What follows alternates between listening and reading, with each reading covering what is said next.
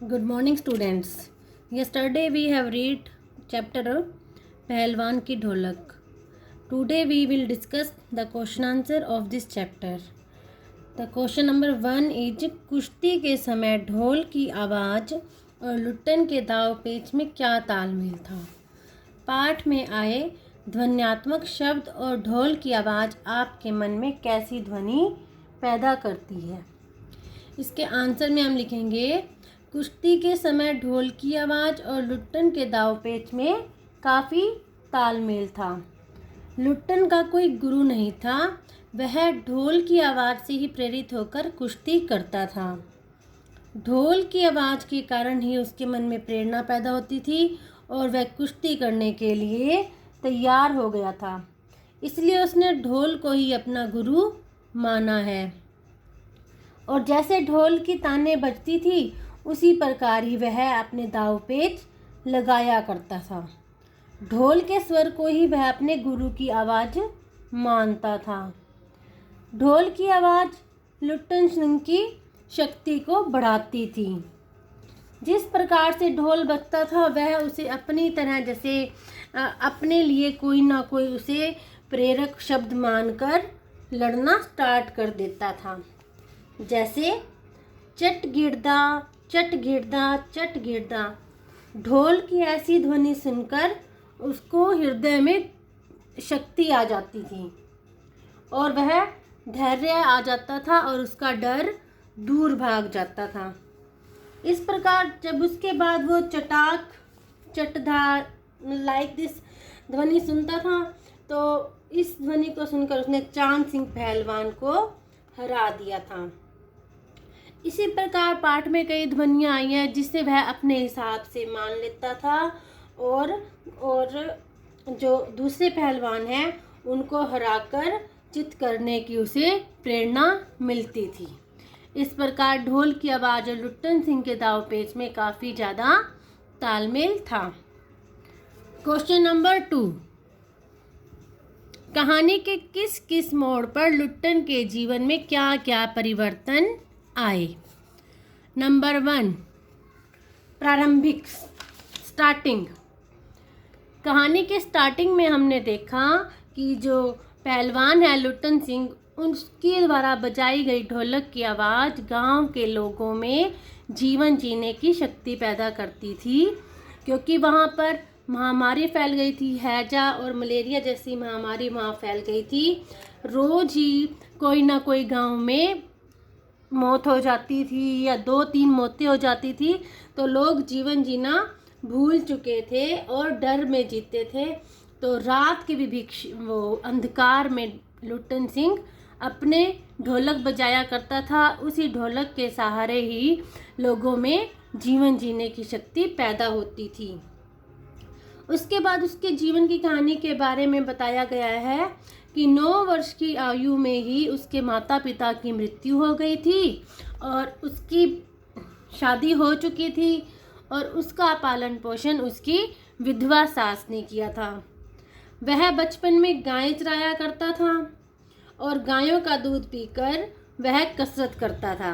कसरत करने के कारण उसका शरीर सुडौल और हट्टा कट्टा बन गया था और गांव में सब लोग उसे अब पहलवान समझने लगे थे। कहानी का मीडियम पार्ट, मध्य पार्ट।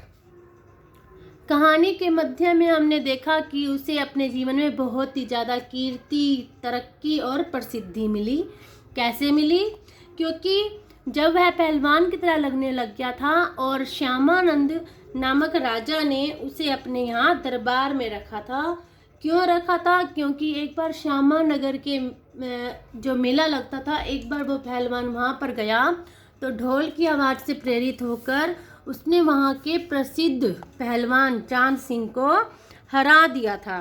तो जो श्यामानंद है राजा, उनको यह खेल पसंद आता था और इन्होंने उस दंगल में इसके भुजबल को देखकर, बाहुबल को देखकर उसे अपना राज पहलवान नियुक्त कर दिया और तब से वह राज दरबार में ही रहने लगा। सारा खर्च उसके जीवन में जो भी खर्च, घर का खर्च था, दरबार से ही होने लगा।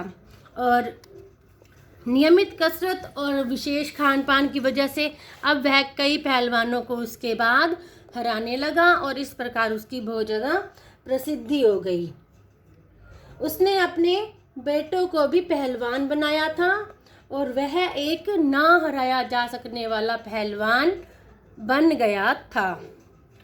कहानी का अंत। कहानी के अंत में हमने पढ़ा कि उसके ऊपर एक बहुत बुरा आघात हुआ या उसके जीवन में बहुत ज़्यादा वज्रपात हुआ और वह उसे जो अपने जीवन के मध्य भाग में उन्नति, प्रसिद्धि और कीर्ति मिली थी वह भी ख़त्म हो गई। क्यों ख़त्म हो गई? क्योंकि श्यामानगर के राजा जो श्यामानंद थे उनकी मृत्यु हो गई।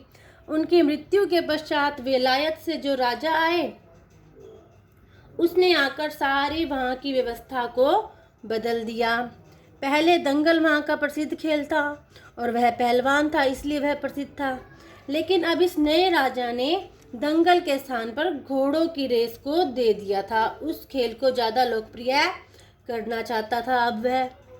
अब उस राजा के दुर्व्यवहार के कारण लुट्टन सिंह पहलवान उस नगर को छोड़कर अपनी ढोलक को अपने कंधे पर उठाकर अपने गांव में वापस आ गए। गांव आए तो गांव में महामारी फैल गई। सूखा पड़ा, अनाज कम हुआ, बारिश कम हुई तो गांव में चारों ओर लोग हैजे और मलेरिया जैसी महामारी से मरने लगे। उसके दोनों बेटे भी इसी महामारी के कारण मर गए और लास्ट में एक रात को वह भी इसी महामारी के कारण मृत्यु को प्राप्त हो गया, अर्थात उसकी मृत्यु हो गई। क्वेश्चन नंबर 3, लुट्टन पहलवान ने ऐसा क्यों कहा होगा कि मेरा गुरु कोई पहलवान नहीं, यही ढोल है? इसके उत्तर में लिखेंगे उसका गुरु कोई पहलवान नहीं, यही ढोल है, क्योंकि उसने किसी भी पहलवान से कुश्ती के दाव पेच नहीं सीखे थे, न ही उसने कोई पहलवानी में अपना कोई गुरु बनाया था। वह तो बचपन में गाय चराता था और गायों की धार का गर्म दूध पिया करता था। इससे उसका शरीर सुडौल और हट्टा कट्टा हो गया था। एक्चुअली वह अपनी जो उसकी सास थी, लोग उसको ताने मारते थे या मतलब कुछ तंग करते थे तो उनसे बदला लेने के लिए वह कसरत करता था और लोगों को डराने की कोशिश करता था। जब वह श्यामानगर में मेला देखने गया तो वहाँ भी ढोल की आवाज़ को सुनकर उसके अंदर शक्ति पैदा हो गई और वह पहलवानी करने के लिए तैयार हो गया और अखाड़े में कूद पड़ा। इस प्रकार वो ढोल की आवाज़ से प्रेरित होता था, इसीलिए उसने कहा कि वह ढोल को ही अपना गुरु मानता है और इसी ढोल की आवाज़ को सुनकर ही उसने चांद सिंह जैसे वहाँ के प्रसिद्ध पहलवान को हरा दिया था। प्रश्न नंबर 4, गांव में महामारी फैलने और अपने बेटे के देहांत के बावजूद लुट्टन पहलवान ढोल क्यों बजाता रहा? उत्तर, जब गांव में महामारी फैल गई हैजा और मलेरिया तो सारा गांव हैजे और मलेरिया से ग्रस्त हो गया। चारों ओर हाहाकार मचने लगा। रोज ही बहुत सी मौतें होने लगी। जिसे कहा गया कि घरों के घर खाली हो रहे थे। रात्रि के समय वहाँ पर सन्नाटा छा जाता था। तो उस रात्रि के सन्नाटे को तोड़ने के लिए लुट्टन सिंह पहलवान रात को ढोल बजाता रहता था, क्योंकि यही ढोल की आवाज़ ही लोगों के मन में जीवन जीने की उमंग पैदा करती थी और लोगों को जीवन जीने की उमंग पैदा करने के लिए लुट्टन सिंह पहलवान ढोल बजाता था। जब उसके दोनों बेटे इस महामारी की चपेट में आ गए और दोनों मर गए, उस असह्य वेदना से मर गए, उस समय भी वह उनके मरने के बाद भी ढोल बजाता रहा, क्योंकि उसके बेटों ने कहा था बाबा वह उठा पटक वाली ताल बजा दो। तो लुट्टन सिंह सारी रात वह ताल बजाता रहा। सुबह उसके दोनों बेटों की मृत्यु हो गई। अतः अपने दोनों बेटों की अंतिम इच्छा को पूरी करने के लिए वह उनके देहांत के बावजूद भी ढोल बजाता रहा। प्रश्न नंबर 5, ढोलक की आवाज का पूरे गांव पर क्या असर होता था?